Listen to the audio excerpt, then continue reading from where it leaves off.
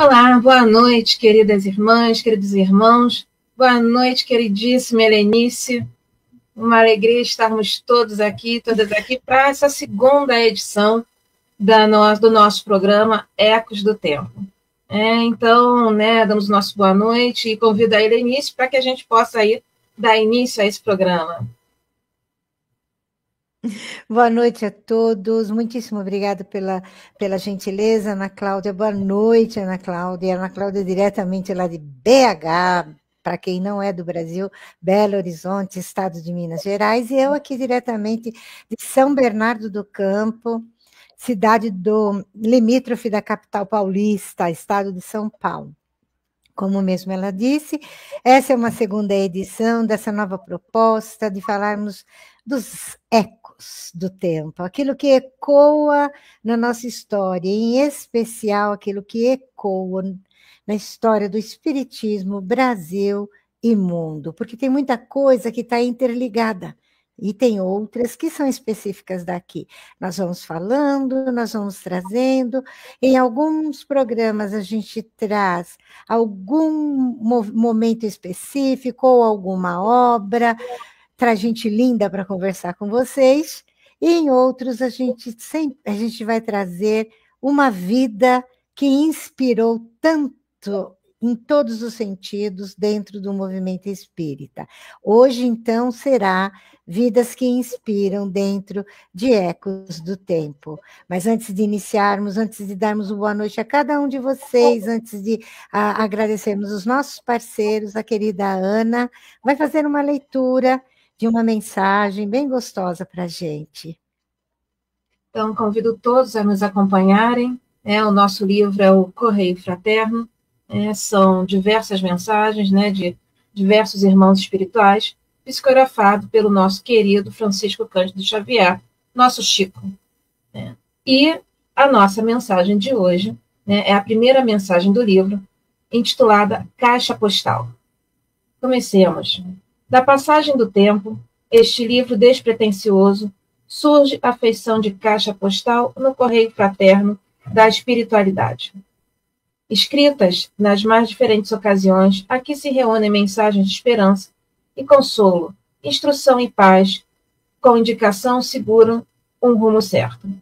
Então teremos apelos à mocidade, avisos à madureza, apontamentos dedicados a grupos de serviços e mais uma série de temas. Então, esse é a nossa instrução. Passaremos agora ao nosso primeiro, falamos apenas aí a organização do que contém o livro Correio Fraterno. Então, passamos agora para o nosso primeiro texto, que chama-se Palavras aos Companheiros. E é assim que nós vamos nos dirigir realmente aos nossos queridos companheiros. Meu amigo, aprende a semear a luz no solo dos corações, conduzindo o arado milagroso do amor para que as sombras da ignorância abandonem a terra para sempre. Quando o pântano e o espinheiro te ameaçarem a marcha, quando a pedrada infeliz da discórdia ou o golpe imprevisto da incompreensão te ferirem o devotamento, usa a bondade que Jesus te concedeu e avança trabalhando. Alguém projetou o fel da calúnia sobre o teu nome? Esquece e caminha. Muitas vezes o coração do amigo é ainda frágil e cede ao primeiro impulso da arrasadora ventania do mal. Alguém escarnece de teu esforço? Despreocupa-te e age fraternalmente. Não é possível improvisar, em alguns minutos, o entendimento justo com respeito às coisas sagradas que nos felicitam o espírito.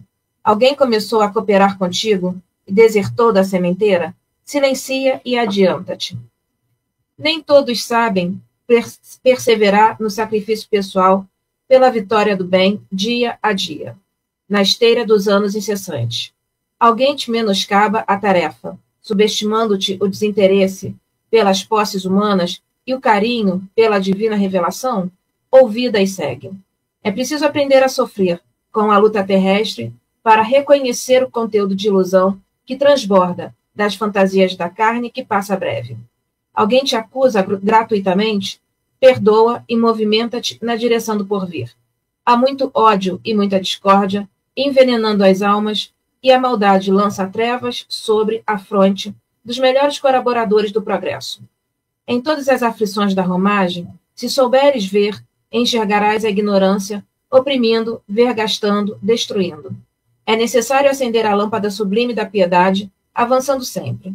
Repara o chão lodacento e inculto, provocando a inquietação e o pavor, quando observado precipício adentro. Mas se arremessares a semente pequenina no leito tenebroso, em breve a terra endurecida e nua se cobrirá de verdura e perfume, flores e frutos. Assim é o campo humano. Em toda parte há erosão da miséria e charcos de dor. Não te detenhas, porém. Lança a tua semente de fraternidade e sabedoria, auxílio e compreensão, e a ignorância cederá terreno ao teu ideal de ajudar e servir, multiplicando-se as bênçãos de tua lavoura de amor a benefício da humanidade inteira. Emmanuel. Belíssima mensagem, Muito né? linda mensagem. Nossa, não tem alternativa, você consegue dar um jeito, você consegue reverter a situação. Então, Exato. querida gente, que aí está já nos acompanhando, antes de iniciarmos a parte efetiva mesmo, convido todos a vocês, aquele que desejar fechar os olhos, fique à vontade. Quem não desejar, não se preocupe. Fechar os olhos é tão somente para não se distrair com o ambiente ao seu redor. Busquemos dessa maneira permitir que toda esta emoção que ora nos encontra, com a presença dos queridos benfeitores espirituais de cada um de nós, aqui deste canal que nos abriga, que nos acolhe, de todos os canais parceiros, com as bênçãos de Jesus, com todo o carinho e todo o amor que o Pai Criador nos oferece, iniciamos assim mais um encontro de paz, alegria, entendimento e amor. Gratidão infinita, infinita gratidão.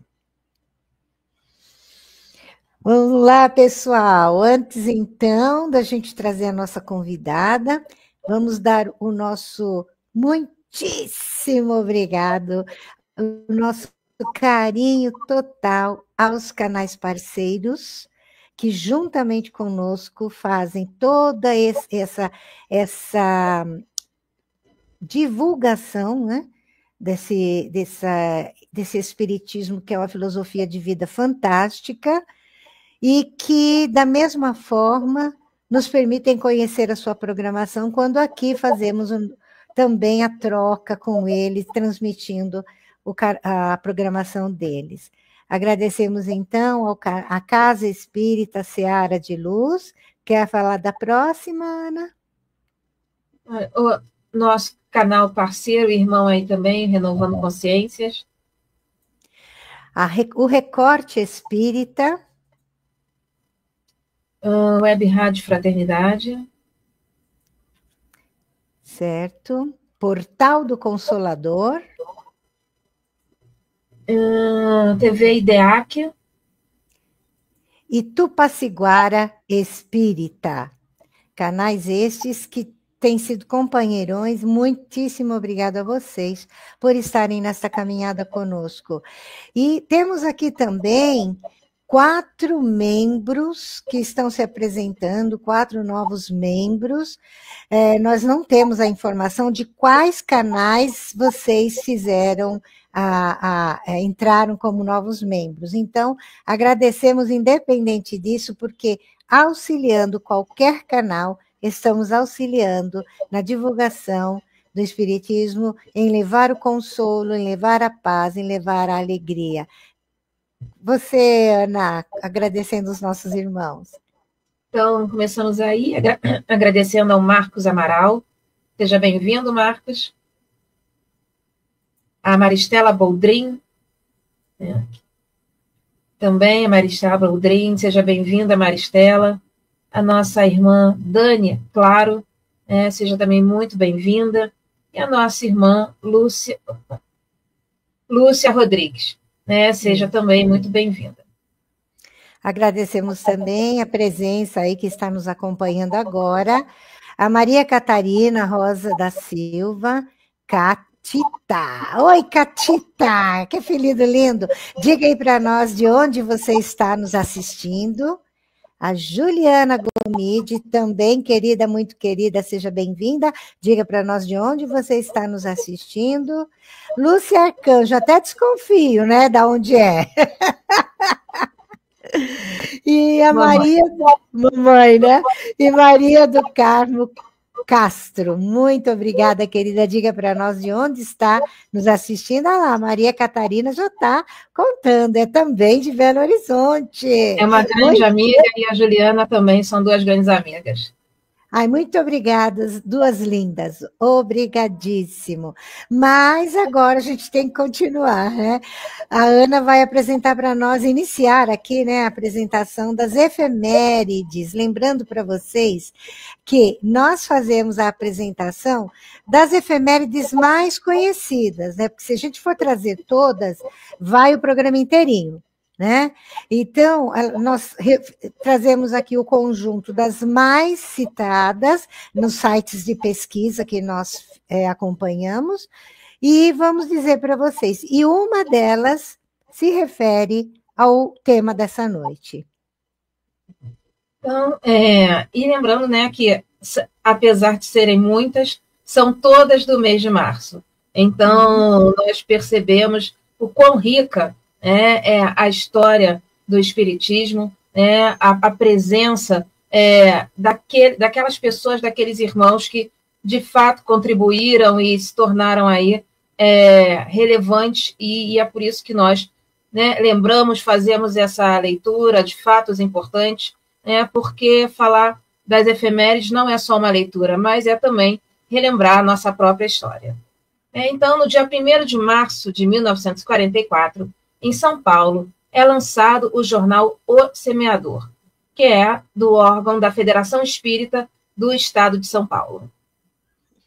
No dia 2 de março de 1927, lá na Inglaterra, é lançada a revista Light, com conferência de Oliver Lodge, sob os auspícios da Aliança Espírita de Londres. Sensacional, né? Deixa eu tirar minha companheira daqui, que ela quer subir no meu colo. E no dia 2 de março também, só que agora em 1948, em Lisboa, Portugal, desencarna Antônio Joaquim Freire, presidente da Federação Espírita Portuguesa, nascido em Coimbra, Portugal, no dia 2 de julho de 1877. Quer dizer que não é só o Brasil que tem o espiritismo correndo na veia desde há muito tempo, né? Em 3 de março de 1880, nasce na França o escritor espírita Gaston Lutty. Desencarna em Paris, na França, em 11 de janeiro de 1965. E no dia 3 de março de 1955, em Ponta Grossa, Paraná, desencarna a trabalhadora espírita Balbina Branco, nascida na mesma cidade em 17 de julho de 1869. Em 3 de março ainda, só que de 1984, em São Paulo, desencarna Edalides Milan de Rezende, irmã de Eurípides Barçanufo, nascida em Sagramento, Minas Gerais, em 18 de junho de 1893. Lembrando, pessoal, que Eurípides Barçanufo é um dos maiores nomes do espiritismo brasileiro, que nós vamos ter aqui também a oportunidade de falar mais sobre ele. Inclusive, há um movimento grande na sua cidade de origem, Sacramento, Minas Gerais, todos os anos com eventos, com congressos. É simplesmente fantástico. Quem tiver oportunidade, procura na literatura espírita que vai encontrar várias obras biográficas dele. Verdade. Bom, e aí, agora, aí um pouquinho fora aí do nosso eixo ocidental, né, no Cairo, Egito, desencarna Bento Murer, professor de medicina e um dos pioneiros da homeopatia, e introdutor dessa ciência no Brasil, magnetizador e pesquisador de fenômenos paranormais.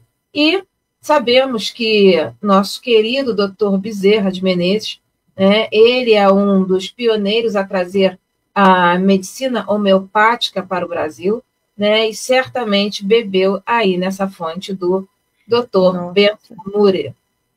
Verdade, deve ter mesmo. Eu não fui pesquisar a fundo, mas quando eu vi que o doutor Bento, né, apresentou a homeopatia aqui para nós, eu fiquei encantada. E magnetizador. Allan Kardec era magnetizador. Dá um minutinho, gente. Todo mundo desesperado. É os gatos pedindo comida e eu não posso sair daqui pedir socorro para o filho. Oh, meu Deus, seja mãe de gatos. Voltando, 5 de março de 1815, desencarna Mesmer, olha lá, o grande médico Franz Anton Mesmer, criador do magnetismo, né, chamado pai do mesmerismo. É tanto que Mesmer, na história do espiritismo, ele foi, nós observamos aí pela data, né, ele desencarna em 1815, ele foi grande influenciador do início dos estudos, das pesquisas, né, de Kardec. Kardec também era magnetizador. E em 9 de março de 1979, essa é uma data extremamente importante para todos nós, né? Mas principalmente para nós que estamos aqui no Brasil, que é o desencarne do professor José Herculano Pires, autor de vários livros e tradutor das obras de Kardec, né? E conhecido aí como esse filósofo espírita, né? Com obras magníficas e muito didáticas, né? Para quem quer estudar de fato aí o espiritismo didaticamente, não tem como não passar pelo professor José Herculano Pires. Exatamente, falou tudo. Já em 11 de março de 1878, nasce Zilda Gama em Três Ilhas. Helenice, essa aqui é de cima, ó. Eu pulei, perdão. Dia 9 de... Eu falei para você? Lembra que eu te falei? Gente, eu troco tudo. Estrabismo é fogo, ó. De 9 de março de 1984, desencarna no Rio de Janeiro Ivone do Amaral Pereira, grande médium brasileira, trouxe na sua literatura uma gama de ensinamentos que nenhum espírita pode deixar de ler. A Ivone do Amaral Pereira era simplesmente uma médium fantástica, de uma humildade e um trabalho magnífico. E convidamos a todos que tiverem oportunidade de conhecerem as suas obras. Agora é a Zilda. É a Zilda. E só um parênteses aqui, Ivone é de uma humildade tamanha que muitas vezes nós sabemos a obra dela, né? Sabemos, né? Conhecem Memórias de um Suicida? Todo mundo levanta a mão, né? Sabe o nome da pessoa que, né, psicografou? Né? Nem sempre sabemos o nome, né? Então, realmente, ela deu essa voz, né, ao plano espiritual. E em 11 de março de 1878, nasce Zilda Gama, em Três Ilhas, município de Juiz de Fora, Minas Gerais, né? Zilda Gama também teve uma relevância, né, enorme no espiritismo brasileiro e também, né, nós sabemos que traz essa presença, apesar de já termos falado de outras mulheres, né, ela também traz essa presença feminina aí para o espiritismo brasileiro, né, para o espiritismo em geral. Para o espiritismo em geral. Aliás, Zilda Gama também, trabalho magnífico no campo mediúnico, que não podemos, espírita nenhum pode deixar de estudar sobre ela.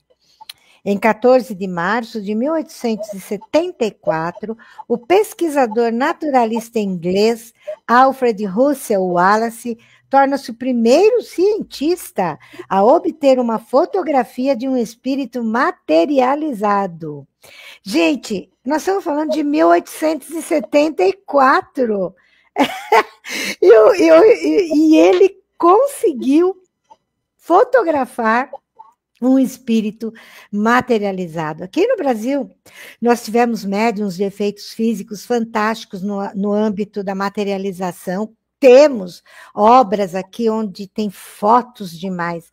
Mas, gente, é um feito, vai, em 1874, onde ainda muita coisa corria. Kardec tinha nos deixado em 1869, quer dizer, era tudo muito fresco ainda, né? E ele vem e traz essa experiência para todos nós. Muito obrigado a ele.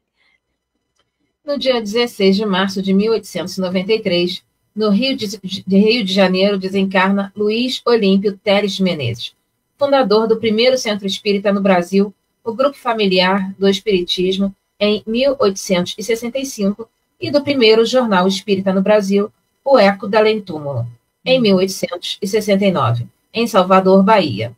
Nascido em Salvador e em 26 de julho de 1825. Que delícia saber que o primeiro movimento espírita no Brasil que se oficializa, né, é em 1895. É muito forte isso, muito forte. A gente fica assim, 1865, perdão. A gente fica extremamente emocionado de saber, porque é uma força moral daqueles que enfrentaram tantos preconceitos, tantas dificuldades naquela época. Se hoje nós encontramos tanta intolerância religiosa, imaginemos naquela época, onde não tínhamos tanta facilidade de buscar informações. Eles todos são assim merecedores profundos do nosso maior respeito. Nós vamos pular o próximo, porque esse daí é especial, e vamos para o seguinte. Em Curray, na Escócia, no dia 20 de março de 1833, nasce Daniel Douglas Home, considerado o maior médium de efeitos físicos do mundo moderno. Desencarna em Saint-Germain, na França, em 21 de junho de 1886. Interessante a gente saber aqui que Kardec mantinha correspondências com ele. E, gente, não é assim um simples médium de efeitos físicos. Cabe aqui ressaltar que Daniel Douglas Home, ele simplesmente já tinha essas manifestações, desde que ele ainda não... ainda ele não tinha 2 anos de idade, já começavam a acontecer. Com 3, 4 anos de idade, ele esticava a mãozinha, o brinquedo vinha até ele, né? E ele tinha, quando adulto, quando ele era pesquisado pelos cientistas e pelos magnetizadores da época, eles fechavam tudo, porta, janela, deixavam ele num ambiente totalmente fechado, e ele dali saía e aparecia do outro lado da calçada. E muitas vezes ele levitava de um espaço para outro. Leia sobre Daniel Douglas Home, vocês vão se apaixonar. E Kardec era amigo dele, isso é contemporâneo, né? Isso é sensacional. Lá, Ana. Vamos lá. E em 22 de março de 1882, nós vamos ter aí a primeira publicação em língua portuguesa do livro A Gênese, de Kardec. E aí é muito interessante porque em 65, 1865, nós temos aí o primeiro grupo espírita, e em 1869, o ano que Kardec desencarna, nós vamos ter aí o primeiro jornal espírita no Brasil. Então, como nós conseguimos perceber aí, o espiritismo ele estava ganhando força, de seu movimento aqui no Brasil. E em 1882, muito pouco tempo depois, nós vamos ter aí essa tradução já da Gênesis para a língua portuguesa. Sensacional, não é? Nossa, me arrepio inteira quando eu começo a ver essas coisas. Em 23 de março de 1857, mesmo ano da publicação do Livro dos Espíritos, nasce Gabriel Delany, o cientista da codificação espírita. A Federação Espírita Brasileira publica seus livros A Alma é Imortal, O Espiritismo perante a Ciência, A Evolução Anímica, O Fenômeno Espírita, A Reencarnação. Então, nossa, Gabriel Delany, se não estudarmos Gabriel Delany, nós vamos perder muito. Com certeza vamos perder muito. Verdade. E 25 de março, né, data de hoje, em 1856, o espírito de verdade manifesta-se pela primeira vez, orientando Allan Kardec na resistência da família Baudin em Paris, na França. Sabemos que esse foi um momento extremamente significativo, porque nós temos aí em Kardec um professor, enquanto professor Rivaio, um homem extremamente cético, um homem extremamente racional, que pouco acreditava no plano espiritual e, obviamente, que quando ele começa nesse movimento, precisava de fato ser uma pessoa assim, com essa personalidade, e quando ocorre essa manifestação, é um momento de extrema emoção, porque ali é aquele momento que tudo começa a se alinhar para algo futuro, né? Eu, inclusive, tomo a liberdade aqui de convidar todos vocês a adentrarem no canal Renovando Consciências, na playlist do programa Bom Dia Café, que é da queridíssima Estela Martins, que já já a gente mostra ela aí. E no programa de hoje, que foi apresentado pela Patrícia de Royals, ela trouxe um material belíssimo sobre esse momento da manifestação, da confirmação e da revelação do Espírito da Verdade. Inclusive, ela traz o antes, o durante e o mais além. Gente, por favor, canal Renovando Consciências, programa Bom Dia Café de hoje. 7h30 da manhã que ele passa, mas assistem todo dia, tá? Podem assistir, é uma delícia de programa. E vamos prosseguindo. Hoje também, né, 25 de março de 1939, em Salvador, na Bahia, desencarna José Florentino de Sena Petitinga, fundador do primeiro presidente da União Espírita Baiana, que foi sucedida pela Federação Espírita do Estado da Bahia, nascido em Monte Cruzeiro, Bahia, em 2 de dezembro de 1866. Convido também a quem se interessar de acessar o canal da Mansão do Caminho, onde Divaldo Pereira Franco hoje é o presidente honorário, mas sempre foi o grande, né, fundador da Mansão do Caminho, do Centro Espírita Caminho da Redenção. Ele tem uma das palestras dele no YouTube, ou entra pelo canal deles, ou entra pelo próprio YouTube, como Divaldo começou o caminho dele. E o José Petitinga tem um papel fundamental ali na sua primeira palestra pública. Convite a vocês também para conhecer esse momento sensacional. E falando de Divaldo, no dia 27 de março de 1947, Divaldo Pereira Franco profere sua primeira palestra espírita na União Espírita Sergipana, em Aracaju.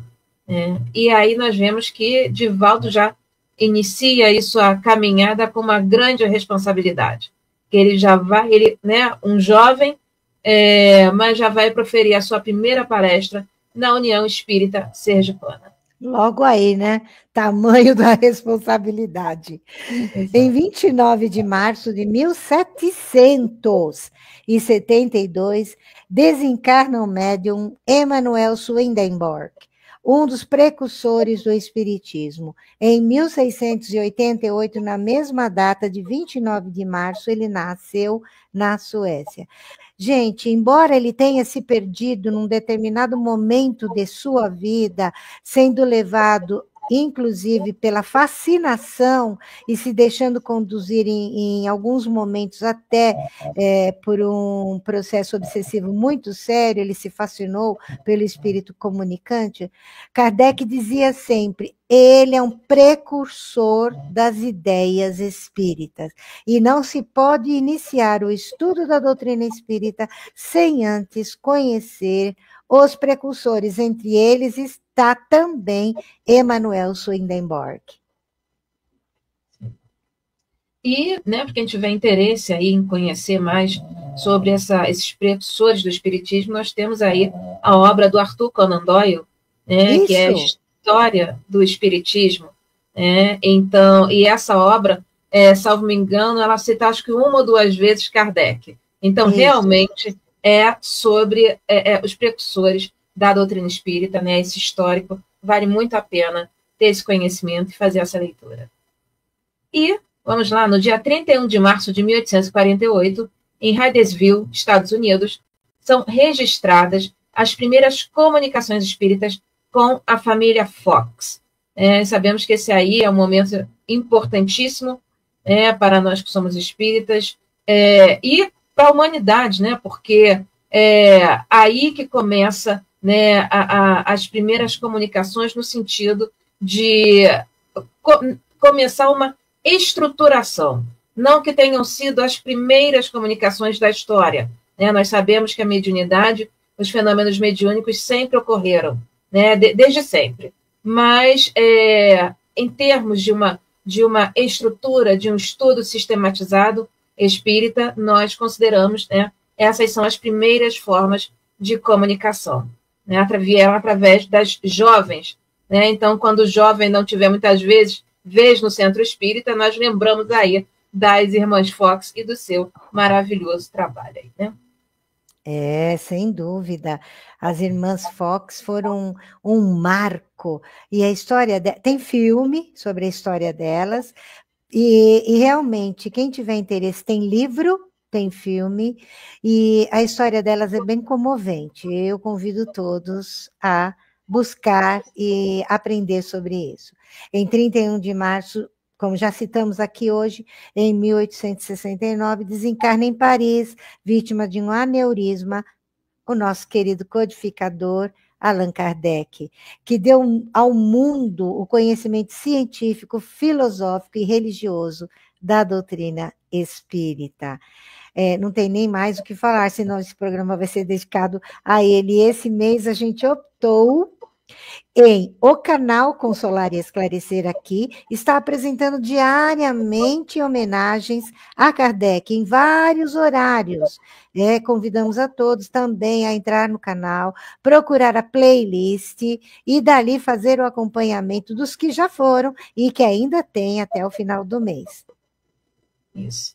E em 31 de março de 1870, é inaugurado em Paris, no cemitério de Père Lachaise, o monumento funerário de Allan Kardec, né, inspirado aí no movimento druida, né, porque é dessa reencarnação de Kardec, né, como um druida, que vem daí o nome Allan Kardec. E aí faz então esse monumento funerário, né, assim, alinhado ao histórico da história do druida.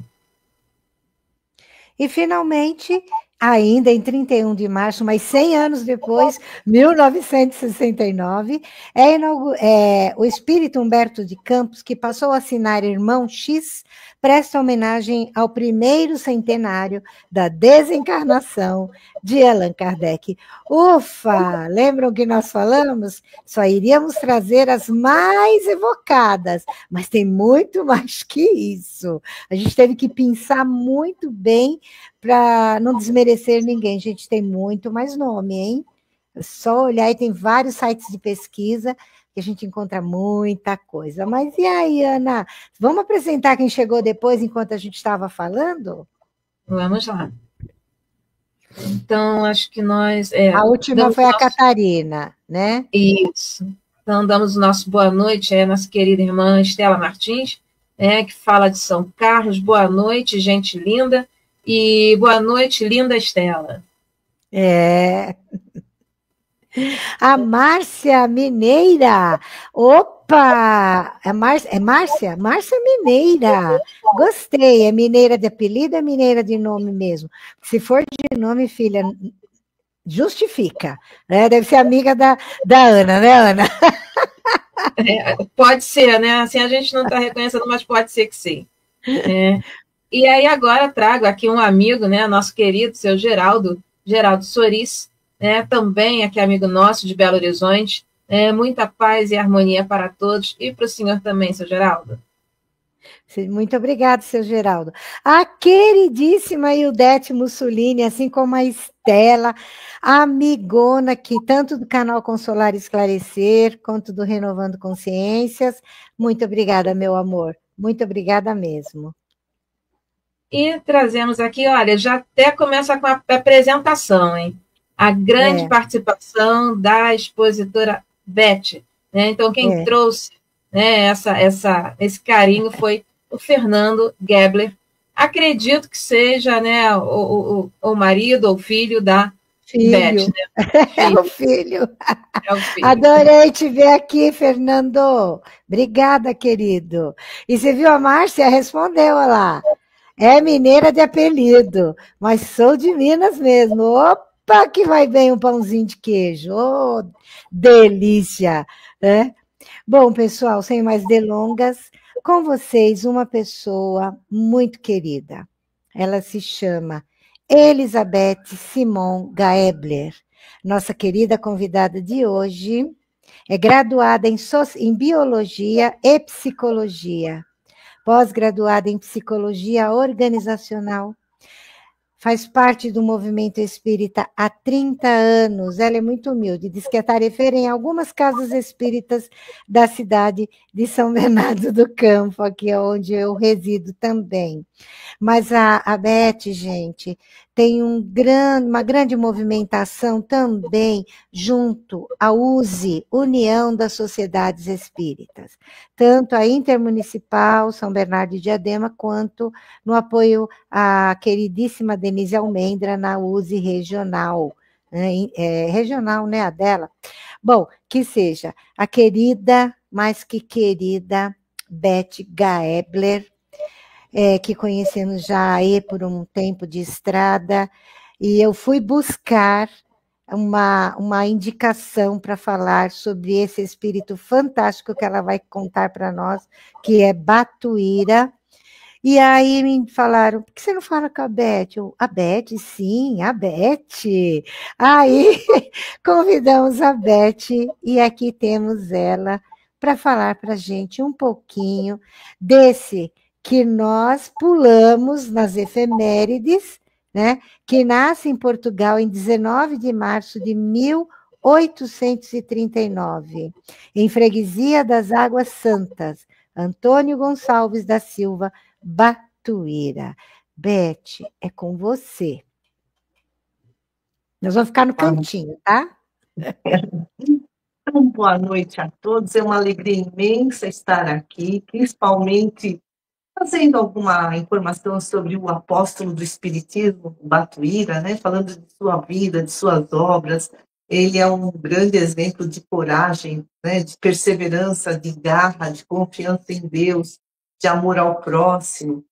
E o que nós vamos falar é baseado num livro de Eduardo Carvalho Monteiro, intitulado Batuíra, Verdade e Luz. Então, Batuíra, como ele nos falou, é um apelido de Antônio Gonçalves da Silva. Então, ele nasceu, né, lá em Portugal, em 1839, filho de camponeses, e no dia 3 de janeiro de 1850, ele, com 11 anos, veio ao Brasil, aportou lá na Guanabara. Ele com 11 anos, só tinha instrução primária. E não se sabe se ele veio com os pais, se ele veio sozinho. Os biógrafos não conseguiram essa informação. Dos 11 aos 14 anos, ele morou no Rio de Janeiro, que na época era a capital do Império, do Segundo Império, Dom Pedro II. E Batuíra trabalhou no comércio por 3 anos. Aos 14 anos, ele veio para Campinas, no estado de São Paulo, trabalhar na lavoura. Em 1856, aos 17 anos, ele veio definitivamente para a cidade de São Paulo. Eu digo veio porque eu moro próxima, né, de São Paulo. E naquela época, São Paulo chamava-se São Paulo de Piratininga. Ainda tinha áreas rurais, a população, imaginem só, em 1856, de 27.800 habitantes, essa população se condensava entre os rios Tamanduateí em Anhangabaú, e na época, em águas muito límpidas, e ao redor havia chácaras e sítios, caçavam-se perdizes, veados e, inclusive, escravos fugitivos.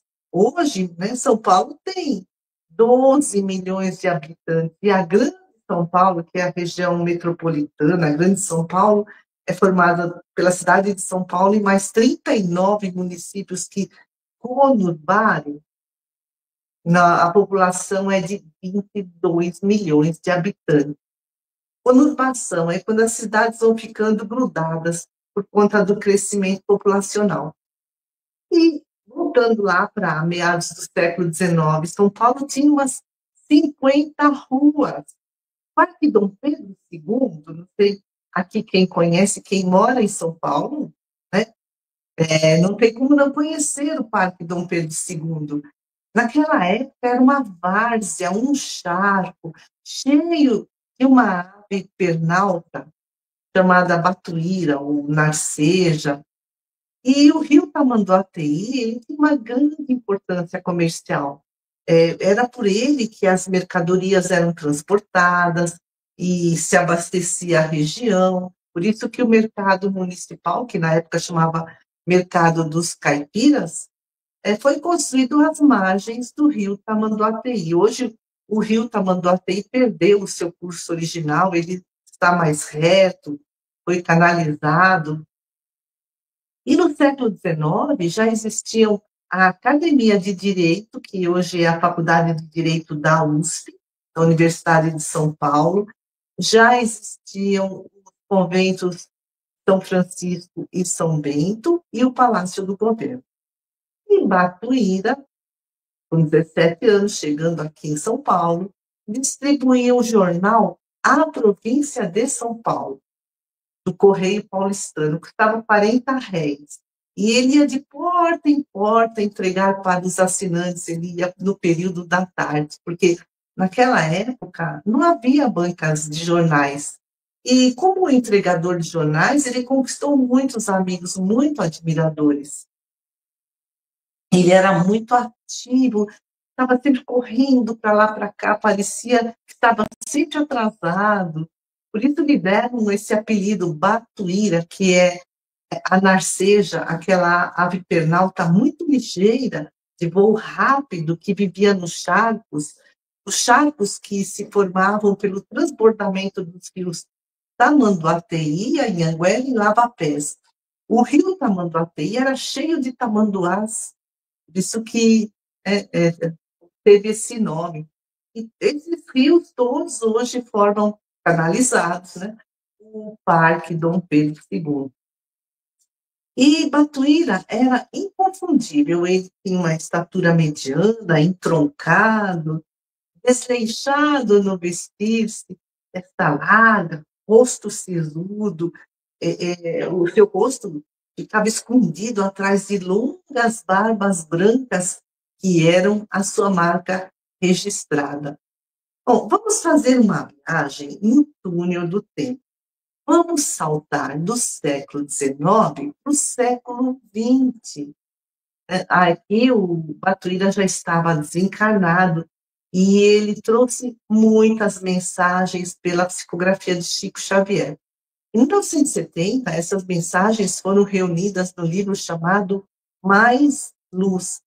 São 104 orientações do Espírito Batuíra. O prefácio é de Emmanuel. Emmanuel escreveu no dia 4 de julho de 1970. E Batuíra dedicou-se a auxiliar os irmãos de ideal. E ele é considerado um apóstolo da doutrina espírita, credor da nossa admiração, do nosso respeito. E ele escreveu, né, esse livro, Mais Luz, dedicado especialmente aos lidadores da seara da verdade e da luz, a que ele se consagrou aqui na Terra, né? Fim do século XIX, começo do século XX. Então, aprendamos com esse missionário da caridade as lições salvadoras, né, que ele trouxe. agradecendo-lhe essa dádiva luminosa. Então, escreve Emmanuel: roguemos ao Senhor, nos sustente e nos abençoe. Então, nós vamos fazer pequenos cortes, trazendo algumas mensagens curtinhas que estão no livro Mais Luz, escritas pelo Espírito Batuíra. Aqui, né, orientação de Batuíra, nesse livro Mais Luz. O suprimento das forças divinas inverte em nosso favor, à medida que desterremos mais vastas possibilidades em nossos canais de trabalho e cooperação na vitória do bem. Trabalhemos na expansão da luz e estejamos na certeza de que o Senhor nos abençoará e sustentará hoje e sempre. Certa vez, houve uma reunião com o médium Peixotinho. Ele foi um dos médiuns de efeitos físicos mais fantásticos do Brasil.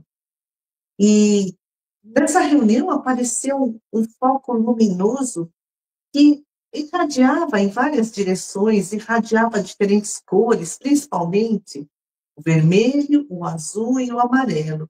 E aí surgiram várias explosões luminosas de grande efeito e apareceu uma voz direta. Era Batuíra, desencarnado, e fez uma preleção doutrinária de alta transcendência científica e evangélica. Bom, voltemos ao século XIX. Aqui, Batuíra, então, São Paulo, jovenzinho ainda, distribuindo jornais, foi aprender a arte tipográfica nas oficinas do Correio Paulistano. E esse aprendizado foi muito importante anos mais tarde. Daqui a pouco a gente vai falar sobre isso. E com as tipografias, o Brasil começou a intelectualizar-se, a cultura e a informação chegavam a várias camadas sociais. Graças à tipografia, se espalharam as ideias republicanas e abolicionistas. Surgiu também um sentimento nacionalista exacerbado contra a monarquia, contra a oligarquia escravocrata, que eram os barões do café, que utilizavam a mão de obra escrava. Como que era a tipografia do século XIX? Tipografia é a técnica de compor e imprimir com tipos, pecinhas. São peças fundidas ou em chumbo, ou recortadas na madeira, e funcionam assim, como carimbos para compor textos, imprimir jornal. Vai compondo as letras, as frases, os parágrafos. E a expansão das gráficas trouxe também o crescimento do número de jornais lá no século XIX. E a cidade de São Paulo vivia momentos agitados. Aí nós estamos por volta de 1865. O Brasil, ele passava pelo Segundo Império, Dom Pedro II, e começaram a surgir essas ideias republicanas, abolicionistas, contra a monarquia. E Batuíra defendia as ideias de igualdade entre raças, entre etnias, e ele lutou pela abolição da escravatura. Batuíra tinha costumes muito simples. Ele se alimentava de hortaliças, de legumes, de frutas, que ele plantava no quintal da sua casa. E ele foi juntando suas economias. Com isso, ele abriu uma fábrica de charutos que deu muito certo. Vamos aqui para mais uma psicografia de Chico Xavier, do Espírito Batuíra, mas esse está num outro livro, Irmãos Unidas, chamado Oração do Trabalho. Escreve o Espírito Batuíra, já desencarnado. Quando a prosperidade nos visite, orienta-nos na manutenção do trabalho mais amplo, para que a felicidade de todos se nos erija com tudo, contigo, em meta por atingir. E Batuíra trabalhava muito, né, quando ele estava encarnado. Suas economias foram crescendo. Ele casou com a senhorita Brandina Maria de Jesus, tiveram um filho, Joaquim Gonçalves Batuíra. Olha, ele colocou o seu apelido como o sobrenome do primeiro filho. E ele investiu parte das suas economias comprando áreas desvalorizadas lá na rua do Lava Pés, que fica no bairro da Liberdade. Antes da Lei Áurea, o bairro da Liberdade, a Lei Áurea da abolição dos escravos, né? A Lei Áurea, no bairro da Liberdade, era o principal ponto de comércio de escravos. E depois da abolição, se tornou o primeiro local de alforria dos escravos. E lá havia o córrego Lava-Pés. Por que Lava-Pés?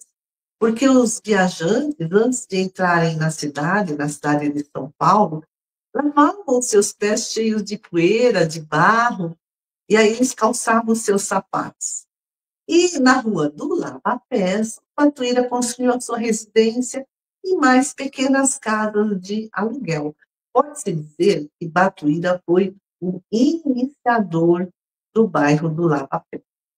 E nessas casas de aluguel, era o cortiço do seu Batuíra. Não havia brigas, não havia demandas policiais, não havia ordens de despejo. Se o inquilino não pudesse pagar, nem por isso ele seria despejado. Se o inquilino mudava para uma outra casa, pedia dinheiro ao Batuíra, e Batuíra dava. Então, e a sua casa aí na rua Lava-Pés, era assim, funcionava como um hospital, uma farmácia, um albergue, uma escola, um asilo. Ele recolhia os doentes, os desamparados, ele estimulava-lhes o fortalecimento da fé para que eles suportassem as suas provas terrenas e chegasse à sua casa, fosse quem fosse, a qualquer hora do dia, da noite, tinha comida, tinha cama. As pessoas diziam que um bando de aleijados vivia com Batuíra. Os excluídos da sociedade eram quem Batuíra mais amava.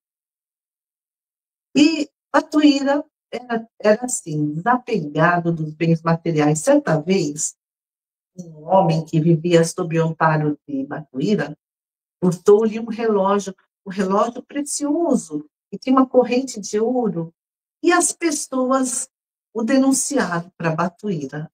A própria esposa do Batuíra, né, lhe disse, mas é o único objeto bom que lhe resta. Mas Batuíra respondeu, deixai-o, quem sabe ele precisa mais do que eu. Vamos aqui para mais uma estrofe do espírito Batuíra no livro Mais Luz, diante de ofensas. Não nos é lícito parar a máquina do pensamento para sopesar injúrias e desencantos. Se adversários desejam esmagar-nos através de sarcasmos e, em nos espancando o rosto e o coração, nos façam cair sob agonias morais insustentáveis, oremos por eles, pedindo a Jesus os abençoe e livre do mal, a fim de que produzam o bem para que o bem permaneça. Essas mensagens que ele trouxe lá do plano espiritual, após o seu desencarne, são um espelho da vida que ele teve, né? A prática do bem que foi a sua vida. E Batuíra se tornou um rico proprietário de imóveis, fruto de um trabalho árduo, honrado, perseverante. E todos esses bens se tornaram um suporte material para as grandes tarefas que surgiriam no futuro. Batuíra resolveu construir uma casa maior. Havia uma pequena quilha de terra batida E era uma travessa da rua do Lava-Pés. Ficava assim, na periferia da cidade, né? Nos arrabaldes da cidade, como diziam. Era o fim da área urbanizada, onde começavam as chácaras que rodeavam a cidade. E já havia algumas casas humildes de pau a pique nessa rua, né? Nessa rua de terra batida. Com o tempo, ela recebeu o nome de Rua do Espírita, em homenagem a Batuíra. E depois esse nome mudou para Rua Espírita. Até hoje chama-se Rua Espírita, lá no bairro da Liberdade. E o Eduardo Carvalho Monteiro, né, que escreveu esse livro contando a vida e as obras de Batuíra, né, registra que nunca faltavam consulentes importantes na casa de Batuíra. Até gente da alta política, das altas finanças e do alto comércio lá compareciam às ocultas e em horas especialmente marcadas à procura de remédios para os seus males ou de prontas soluções para seus problemas. Certa vez, a esposa de um rico fazendeiro foi desenganada pelos médicos. Ela pediu ao marido para que fosse até a casa de Batuíra, lá na rua, que hoje chama-se Rua Espírita, para buscar remédios homeopáticos. Esse poderoso e orgulhoso fazendeiro, a contragosto, atendeu o pedido da esposa. Mas, a meio caminho, da sua casa até a casa de Batuíra, o seu orgulho falou mais alto. O que ele fez? Ele pegou água limpa de uma nascente e encheu uma garrafa. Voltou para casa e falou para a esposa: é para você tomar uma colher de sopa 4 vezes ao dia. Quando terminar, eu volto para buscar mais. E a esposa seguiu direitinho esse tratamento e ela foi melhorando. E o fazendeiro armou um plano para desmascarar Batuíra, porque a esposa sarou com a água da nascente, não com os remédios homeopáticos do Batuíra, que ele nem chegou aí até a casa de Batuíra. Então, esse fazendeiro foi até a casa de Batuíra, estava acontecendo uma palestra, ele sentou na plateia. Batuíra interrompeu a palestra e lhe disse: o senhor perdeu seu tempo vindo até aqui. Era só encher de novo a garrafa com a água da bica, que os espíritos colocariam os remédios na água para a cura da sua esposa. Faça isso e nada mais. E o fazendeiro ficou muito envergonhado, foi embora. Mas no dia seguinte ele voltou e ele se juntou ao grupo de trabalho de Batuíra. A sua casa, né, na Rua Espírita, era um misto. Era um misto de hospital, de albergue, de centro espírita, de asilo de loucos, de orfanato. O Eduardo Carvalho Monteiro escreve: o Batuíra fornecia teto, sopa quente, cama, cobertor, para o louco que ninguém queria, para o migrante sem pouso, para o velho em fim de vida, para a viúva desvalida com o filho no colo e toda sorte de desvalidos. Batuíra era muito humanitário e muito idealista também. Ele trabalhou muito na campanha abolicionista. A casa abrigava escravos foragidos. Quando esses escravos foragidos eram descobertos, ele procurava comprar a liberdade deles. Bom, a esposa morreu e Batuíra casou com Maria das Dores Coutinho e Silva. E tiveram um filho, e esse segundo filho de Batuíra também chamava Joaquim. Então, Batuíra teve 2 filhos Joaquim, um da primeira esposa, outro da segunda.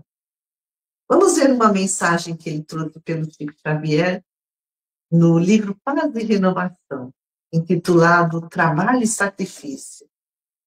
Trabalhar, sim, porque é trabalhando no bem de todos que enxugaremos as próprias lágrimas e venceremos as próprias fraquezas, de modo a que todo o mal nos esqueça, por invulneráveis às arremetidas das sombras. E Matuíra, lá no século XIX, conviveu com os acadêmicos de direito, né, do Largo São Francisco, e ele passou a se dedicar à arte teatral. Ele montou com as suas próprias economias e ajuda dos amigos um pequeno teatro na rua Cruz Preta. Hoje, essa rua, chamava Cruz Preta, é a Quintino Bocaiúva, lá no centro de São Paulo. E esse teatro, Cruz, que ficava, né, na rua Cruz Preta, e chamava-se Teatro Cruz Preta, com o tempo passou a chamar-se Teatro do Batuíra. Ficava nos fundos de uma taverna, de uma modesta casa de espetáculos, mas lá estreavam muitos amadores. Era um local que reunia estudantes, intelectuais, todos atraídos pela informalidade, pelas peças pitorescas. E Batuíra também atuava. Quando ele aparecia em cena, ele era muito aplaudido, porque ele era muito querido, ele era muito popular. O Eduardo Carvalho Monteiro, né, nesse livro que escreveu Batuíra, Verdade e Luz, refere-se a um historiador que escreveu: não imaginem que ele, Batuíra, tinha então aquelas venerandas barbas de apóstolo, e ele o é, na verdade, um apóstolo, né? Que hoje lhe adornam o rosto. Não, embora fizesse geralmente os papéis de centro, não tinha uma figura de espantar crianças, tanto assim que agradava, e que era recebido com palmas e versos logo que aparecia em cena. Batuíra podia até seguir a carreira de ator. Aliás, vários escritores consagrados escreveram sobre Batuíra livros sobre a história da cidade de São Paulo, não são livros espíritas, porque ele foi muito importante para a história, né, da nossa cidade. O escritor Hernani Silva Bueno escreveu História e Tradições de São Paulo. Neles, né, cita Batuíra. O outro escritor, Almeida Nogueira, escreveu A Academia de São Paulo, Tradições e Reminiscências, Estudantes, Estudantões e Estudantadas. E o outro escritor, Alfredo Moreira Pinto, escreveu A Cidade de São Paulo em 1900. Todos eles trazem, né, alguma citação, alguma história, homenagem à Batuíra. Até os estudantes lá da Academia de Direito fizeram-lhe os versos. Sabe, grande Batuíra, com teus dentes de traíra, com teus olhos de safira, com a arte que me inspira, nas cordas da minha lira, estes versos de mentira. E o teatro naquela época era como se fosse a televisão de hoje. Era um mundo em que muitos queriam entrar para se projetar, para ficarem conhecidos. Uma diferença, né? A tecnologia de hoje fabrica atores. E Batuíra promoveu a cultura para a população estudantil, promoveu esse espaço de lazer para a população. Pode-se dizer que ele foi um pioneiro nessa área. Vamos lá para uma frase do Espírito Batuíra no livro Mais Luz, O Pioneiro e a Pedra.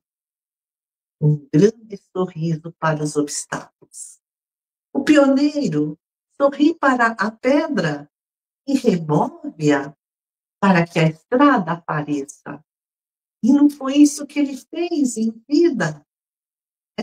Ele foi um pioneiro em muitas áreas.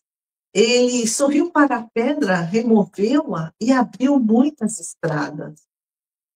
Ele manteve esse teatro por 10 anos. E Batuíra só tinha o diploma primário, mas nada ficou devendo para os grandes intelectuais com quem ele convivia. Ele era respeitado nas rodas intelectuais. Batuíra foi uma personalidade importante para a história do teatro em São Paulo. Escreve o Eduardo Carvalho Monteiro. A missão de Batuíra não estava nas luzes da ribalta, no teatro, mas em servir no cenário que o Cristo houvera destinado a ele antes de sua reencarnação. E junto com o maçom Luiz Gonzaga Pinto da Gama, ele fundou e manteve um jornal abolicionista de publicação semanal. Batuíra se engajou no movimento abolicionista de forma ativa. Rui Barbosa e outros grandes talentos da Academia de São Paulo escreveram nesse jornal abolicionista que era uma ferramenta de oposição aos escravocratas. Em 1873, surgiu uma terrível epidemia de varíola.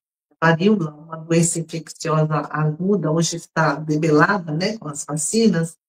A varíola é uma doença altamente contagiosa causada por vírus. E Batuíra, ele foi involuntário. Ele se entregou totalmente ao próximo. Ele abrigava os enfermos em sua própria casa. Ele era médico, era enfermeiro, era pai, era amigo. Ele dava remédios, ele dava cuidados, ele dava pão, ele dava teto, ele dava agasalho. No livro Mais Luz, escreve o espírito Batuíra sobre caridade.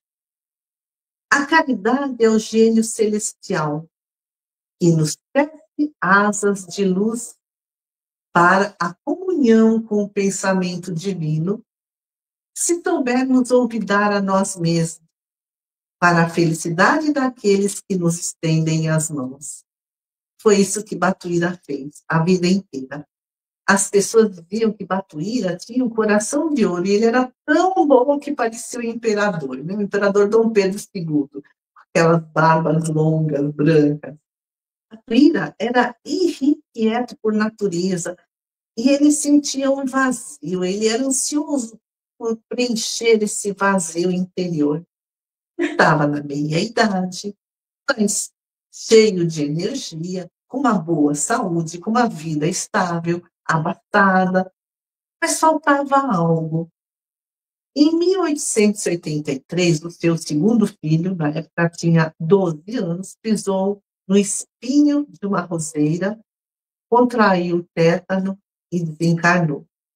O velório foi na casa do Batuíra, lá estavam muitos amigos, pessoas chorando convulsivamente, rezando o terço pelos cantos da casa, da sala, as mulheres de luto fechado, os homens de terno preto, os espelhos, conforme os costumes da época, cobertos de panos, as carpideiras, né, contratadas para chorar, lastimando o menino lá no caixão branco. Batuíra respeitava as tradições, mas num determinado momento, ele, inquieto, ficou com os olhos vidrados, absortos, parecia que ele olhava para o infinito, e ele saiu da sala de repente, e todos ficaram preocupados. Ele foi para o quarto, e trancou a porta. Meia hora depois ele saiu do quarto, já com uma outra fisionomia, não mais de sofrimento, mas de paz interior, e todos olharam para ele. E ele disse: não quero que ninguém mais chore aqui. Meu filho não morreu. Meu filho querido vive. Por isso, não chorem mais. Eu só quero alegria a partir deste instante. E ele saiu.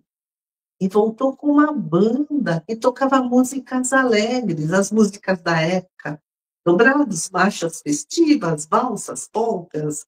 E umas pessoas diziam assim: que fé enorme. Outras diziam: Batuíra enlouqueceu? que aconteceu no quarto?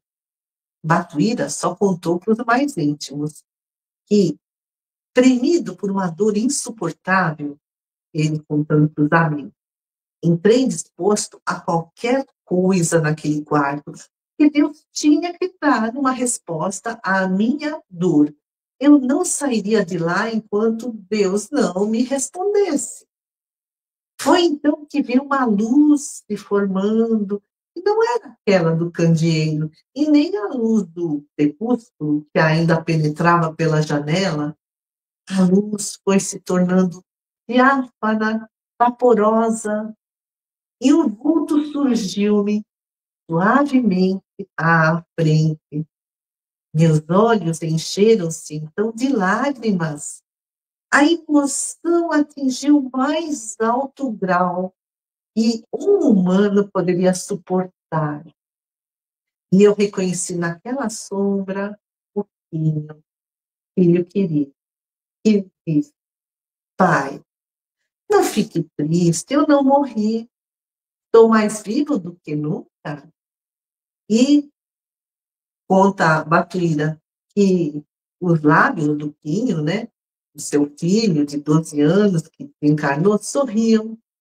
Seu semblante estava calmo e ele transmitia muita paz. Em seguida, suas mãozinhas assinaram para mim da mesma maneira que o fazia quando se despedia em vida, e sua imagem foi suavemente se apagando na tinta gasta da parede. Não sei quanto tempo duraram aqueles instantes e quanto ali fiquei, até derramar a última lágrima pela passagem do meu filho para uma outra vida. Meu filho não morreu. Nós não morremos. Esta vida é apenas uma etapa da vida verdadeira. Em algum lugar, eu e o Quinho nos reencontraremos. E aí, o cortejo fúnebre foi para o cemitério da Consolação. E o menino foi enterrado com a banda, tocando músicas alegres. E isso, lógico, despertou estranhos sentimentos nas pessoas ali presentes. Vamos aqui para o século XX. Espírito Batuíra escrevendo no livro Mais Luz, nos momentos de crise. Às vezes, é preciso que a luta se faça constrangedora e terrível, para que os amores que possuímos se mostrem na expressão mais ampla de sua própria grandeza. Assim como é preciso que anoiteça para que vejamos do mundo as estrelas que acendem a vida eterna na imensidade. Nas horas de aflição, pensemos nisso, meditemos simplesmente nisso e levantemos as próprias energias que o Senhor elastecerá e abençoará. A partir do dia em que o filho caçula de Batuíra morreu, ele passou por profundas transformações. O assunto espiritismo já era comentado com frequência nas rodas intelectuais paulistanas. E Batuíra procurou conhecer livros, periódicos que já circulavam naquela época. Ele conheceu Ramos Nogueira, um grande pioneiro do espiritismo em São Paulo, passou a frequentar reuniões na casa dele, reuniões mediúnicas, reuniões de estudo, e a doutrina para ele foi um grande consolo. Tão grande foi a paz que o espiritismo lhe proporcionou, que Batuíra desejava que seus amigos também tivessem conhecimento daquela abençoada fonte de esperanças novas. Após a morte do filho, Batuíra e sua esposa adotaram uma criança com deficiência mental, paralítica, e essa criança conviveu com eles até 1888. Encarnou. Entre 1889 e 1900, Batuíra se transformou no agente exclusivo da revista Reformador. O agente é aquela pessoa que organiza as campanhas publicitárias, que dirige, que coordena a redação dos textos, que elabora os trabalhos gráficos, que elabora estratégias de venda. E no dia 6 de abril de 1890, Batuíra restabeleceu o Centro Espírita Verdade e Luz, que há muito tempo estava, vamos dizer assim, adormecido. Ele também adquiriu uma pequena tipografia para divulgar o Espiritismo. No dia 25 de maio de 1890, lançou o jornal Verdade e Luz, de publicação quinzenal, cuja tiragem era de 5.000 exemplares. O Batuíra investiu muito dinheiro nesse jornal. Ele distribuía quase de graça. Comercialmente, isso era um desastre.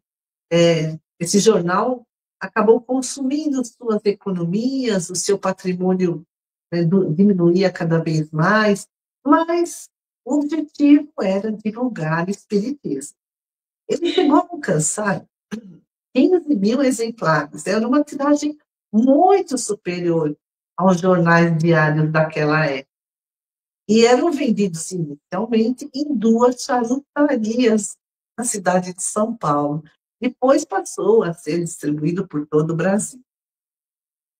O jornal Verdade e Luz trazia traduções de jornais estrangeiros, noticiários nacionais, colunas escritas por dezenas de, como se dizia, espiritistas brasileiros, Anália Franco, Casimiro Cunha, Everton Quadros, Augusto José da Silva, Casimiro Cunha, né, que a gente já falou, e por aí vai. Batuíra era o linotipista, né, o impressor, o redator, o repórter, o revisor, e também escrevia artigos. Ele assinava os seus artigos com o pseudônimo de ninguém. Nesses artigos, ele respondia críticas que faziam ao espiritismo. Às vezes, ele trabalhava tanto que ele só se lembrava de comer no final do dia. E o jornal tinha essa característica espiritualista, seguindo a tendência da época. Tinha artigos da maçonaria, da teosofia, da astrologia. O Eduardo Carvalho Monteiro escreve: por terem na Igreja Católica uma adversária comum, livres pensadores e espiritualistas em geral eram unidos entre si, misturando suas teorias e forçando uma mútua identificação que nem sempre existia. Mais tarde, o jornal Verdade e Luz se transformou numa revista mensal de espiritualismo científico, que tinha 32 páginas de substancioso espiritismo. O periódico Verdade e Luz foi o único a sobreviver e manter regularidade por 2 décadas, imaginem só. E a sua importância crescia à medida que se tornava uma voz em defesa dos princípios da doutrina espírita. E são também os adeptos intelectuais de prestígio da sociedade paulista.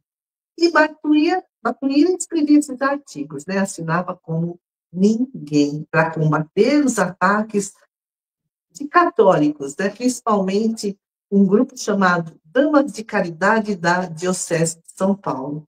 No entanto, no 100º artigo de combate às Damas de Caridade da Igreja, esse artigo foi escrito em 1908, ele passou a assinar alguém.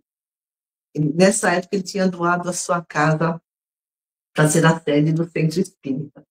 Ele criou a livraria e editora espírita, ele era o impressor e o tipógrafo. A venda dos seus livros não visava lucros, para que o maior número de pessoas tivessem acesso às obras espíritas. Havia livros em português e também livros importados da Europa, da América do Norte, de países latinos. E ele também distribuía gratuitamente prospectos e folhetos de propaganda do espiritismo. Ele escreveu milhares de livros pelo interior do Brasil. Ele foi um pioneiro do jornalismo espírita no Brasil, um dos maiores propagandistas da doutrina espírita no Brasil. Lendo que ele criou vários grupos espíritas em São Paulo, em Minas Gerais, no Rio de Janeiro, e ele proferiu palestras em muitas cidades.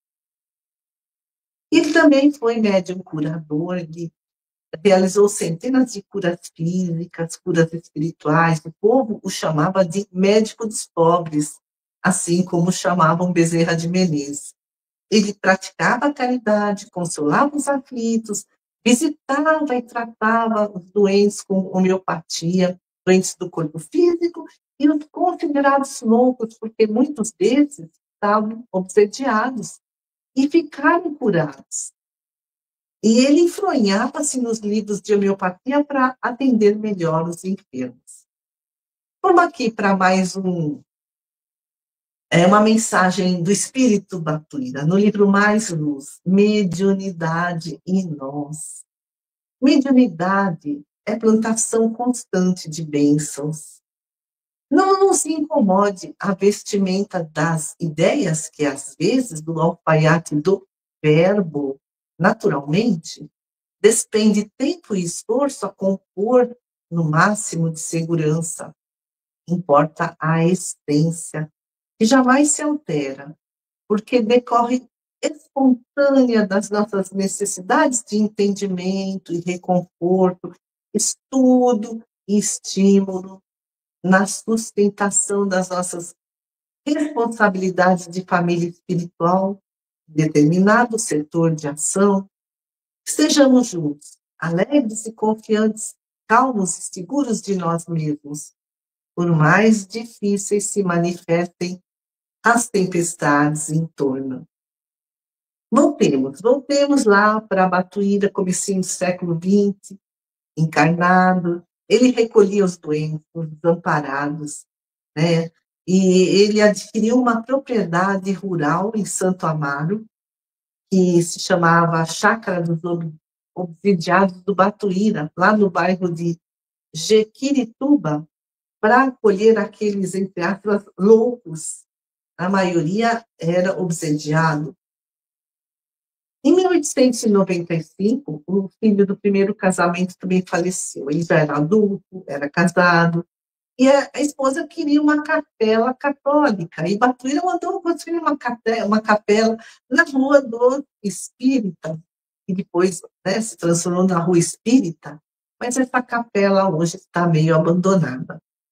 Em 1904, ele fundou a Instituição Beneficente Verdade e Luz, né, para quem ele doou todos os seus bens com a aprovação da esposa. Criou grupos de estudos e centros espíritas, né, São Paulo, Minas, Rio, e ele procurava estar sempre presente, e quando ele visitava essas cidades, ele aproveitava para visitar os enfermos, para distribuir folhetos da doutrina espírita, distribuiu milhares de livros pelo interior do país.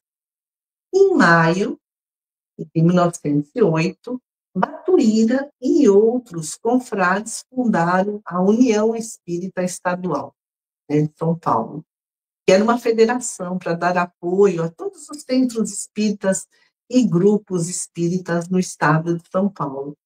Batuíra lutou pela união dos espíritas, que na época havia uma divisão entre os místicos e os científicos.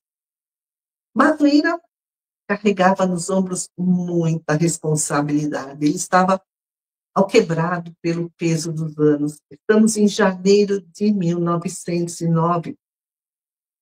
E ele contraiu uma súbita enfermidade e faleceu no dia 22 de janeiro de 1909, uma sexta-feira, 1h da madrugada, e tinha 69 anos. Faleceu em São Paulo. Toda a cidade de São Paulo ficou comovida. Batuíra foi um clarão de bondade, de doçura, de delicadeza. Ele foi um grande apóstolo do espiritismo.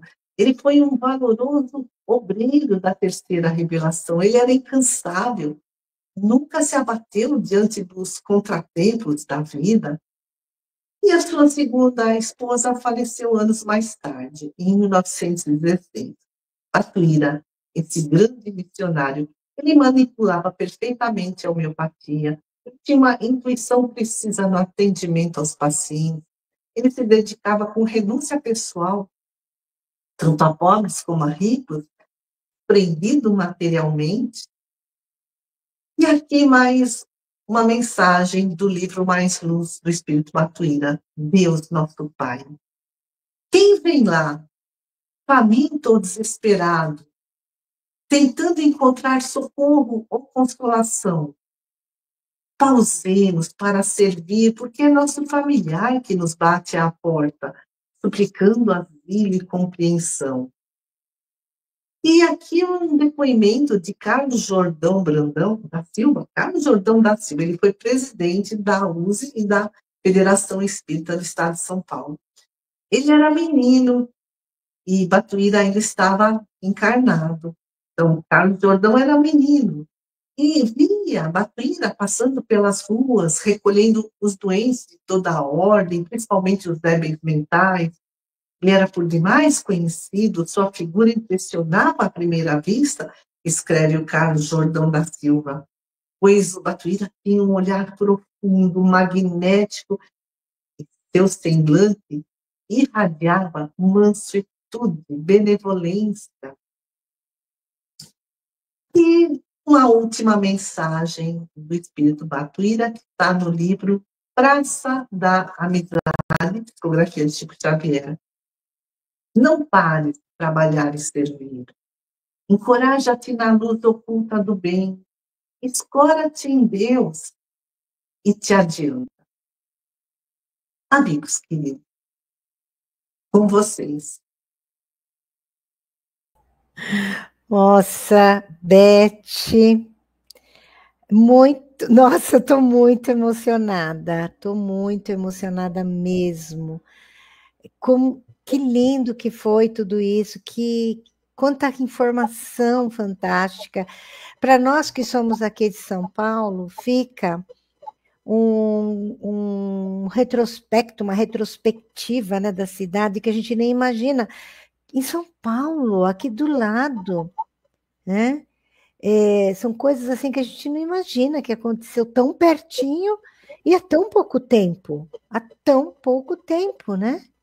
E a minha avó, ela reencarna em 1901. Ele estava aqui ainda, né? E o meu pai é de 1921. O meu pai tinha esse trabalho muito parecido de distribuição gratuita, né? A Beth conheceu o meu pai. Então, assim, é fantástico, é fascinante. A hora que você contou a história do filho, eu fiquei muito emocionada. Eu me senti no lugar dele, eu chorei junto aqui, estava nos bastidores, né? Eu e Ana. Nossa, eu me senti absurdamente, tive uma empatia total com ele, né? Mas antes de eu continuar, eu gostaria que a Ana se posicionasse, porque eu quero mostrar quem chegou depois para agradecer esse pessoal fantástico que chegou depois. Sim, de fato, é muita informação, né? Porque, às vezes, quando nós pensamos em Batuíra, às vezes nós pensamos no aspecto da arte, né? E restringimos mais ainda porque pensamos numa arte espírita exclusivamente. Então, esquecemos que ele tem uma significância para a sociedade de maneira em geral, né? Ele não... Claro que ele, como uma figura espírita, é extremamente relevante, mas a presença dele, socialmente falando, né, extrapola aí os muros das fraternidades, das instituições espíritas, né, e ele, de fato, é humano.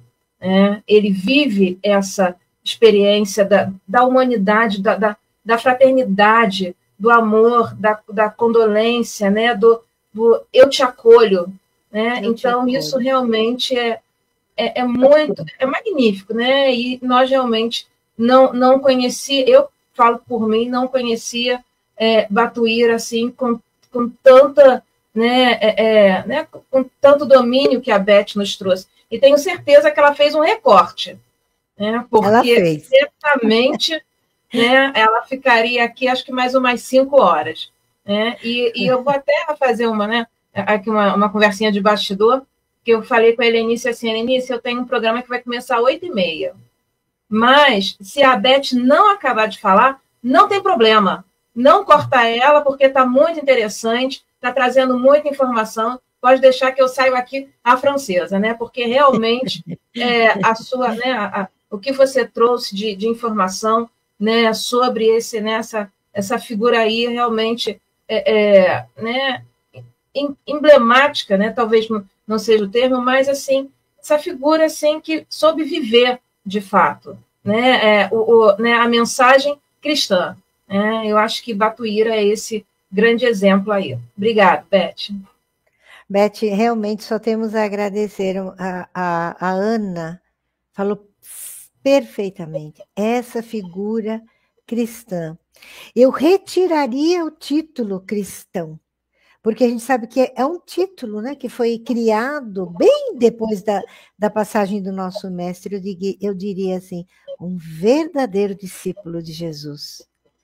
Eu também desconhecia muito, mas muito. Eu lembro que na Mocidade Espírita, e essa cor de cabelo, gente, denuncia, não tem jeito, né? Eu lembro que na Mocidade Espírita era muito falado nele, era uma coisa assim, meu pai adorava ele. Minha mãe falavam muito dele. Aqui em São Bernardo tem rua com o nome dele, tem casa espírita com o nome dele. E aí eu ficava assim, nossa, mas ele é muito importante. O pessoal falava mesmo na época, como é adolescente, quer ver alguma coisa? Depois a gente vai ler, vai pesquisar. Mas essa obra que você citou eu não conhecia, né? Uma pesquisa fantástica. Mas assim, muitíssimo obrigada, Beth. Preencheu a nossa, pelo menos eu posso falar de mim, preencheu a minha sede de aprendizado. E, nossa, estou muito feliz, estou muito feliz. E eu quero transferir essa felicidade em forma de gratidão também a quem chegou enquanto você falava. Agradecer a Adna, que entrou como novo membro também. Adna, muitíssimo obrigada. A sua contribuição vai propiciar, não importa o canal que você se entrou como membro, vai propiciar a divulgação da doutrina espírita, levar o consolo, levar o afeto, socorro. Agradecer a querida, mas que querida Ângela Brandão, está lá na madrugada já, quase escutando a gente na Inglaterra, né? Não, peraí, em Portugal, na Inglaterra é a Andréia, a Ângela Brandão, ela está sempre nas programações, a querida, mas que querida Cirlei, a Cirlei do canal, tanto Renovando Consciências quanto do Consolar Esclarecer, amigona, muitíssimo obrigada. O Alisson diz para nós de onde você está nos assistindo, a fofíssima. É um grande amigo também. Ah, é? Oh, mais um mineiro? Mais um mineiro. Lindo, muito obrigada. A Cirlei conversando com a Ildete, acho isso lindo. A Valéria Saque do canal também. Valéria, muito obrigada, Valéria. Linda demais, né? E o José Lopes, José, muitíssimo obrigado. Encontro o José vez ou outra também nas nossas programações. Olha, Valéria, que linda história, não conhecia sobre a vida dele, tá vendo? Somos solidárias nisso. A Patrícia transmitindo a sua emoção, né, Patrícia? Boa noite, que linda, que lindo a luz espalhando, né? Emociono, não foi muita emoção, não foi? Beijo, Patrícia. Obrigado, Patrícia. E o Dete também, ó, não conhecia. O Fernando, filho da Beth, dizendo com muita, né, propriedade, são grandes questões para refletir na vida. Verdade, Fernando, verdade. E a Patrícia, que ficou tão emocionada assim como eu. Verdade, Patrícia, que missão, Que missão mesmo. Gente, hoje esse nosso encontro foi emoção, vocês não acham? Ai, o Alisson falando que é de BH e a Patrícia mandando beijo para nós. Beijo para você também. A Neuza Negrão, né? Pulei? Pulou. Ah, mil perdões, Neuza. Muitíssimo obrigada por você estar aqui conosco, né? Grandes emoções, é verdade, né? Grande explanação. A Beth é fofa demais, adoro a Beth. E também aqui mais um membro, o Alex. Obrigada, querido. Muito obrigada. Gente, é assim, imensamente gratificante quando a gente tem um retorno de vocês e quando a gente sente que, de alguma maneira, tocou os corações. A gente sabe que isso vai se ampliar como aquela pedra que a gente joga num lago tranquilo. Aquilo vai correndo, vai formando aquela onda, aquela onda. Pode ser que a gente não consiga lembrar do todo falado, ou de parte desse todo, daqui a algum tempo, não tem problema, porque o que registra é o espírito. É essa memória mais importante. E eu tenho certeza que essa marca vai nos ajudar, que nem disse o Fernando, né, e a Neuza e tantos outros, vai nos ajudar nesse processo reflexivo e principalmente das nossas escolhas. Beth, muito obrigada mesmo. Beth, você quer fazer suas considerações finais? Porque depois a nossa querida, mas que querida Ana Cláudia considere, e aí Beth faz a prece para nós. Eu agradeço a oportunidade. Eu li esse livro, né, do Eduardo Carvalho Monteiro, Batuíra, a Verdade e Luz. Não é um livro longo, sabe? Mas ele traz muito mais coisas interessantes. E, lógico, não deu para falar tudo. Então, para quem se interessar, vale a pena. Obrigada, Beth. Ana?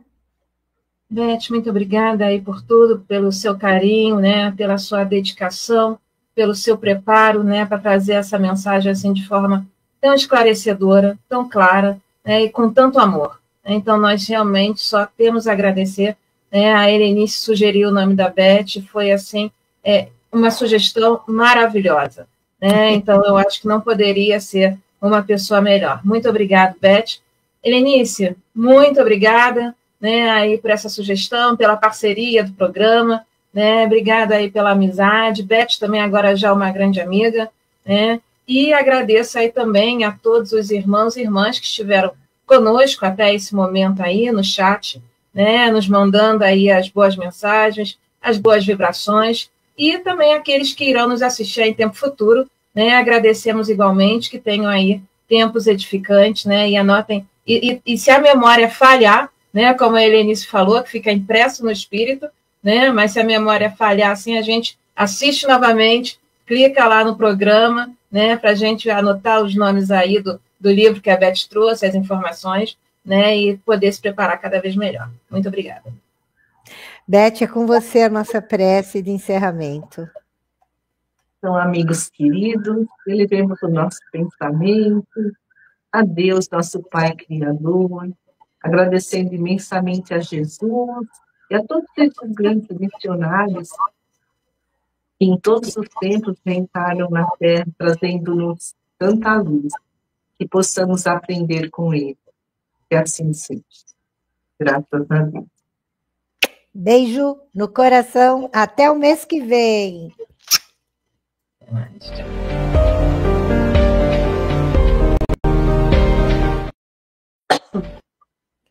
Ai, eu precisei parar.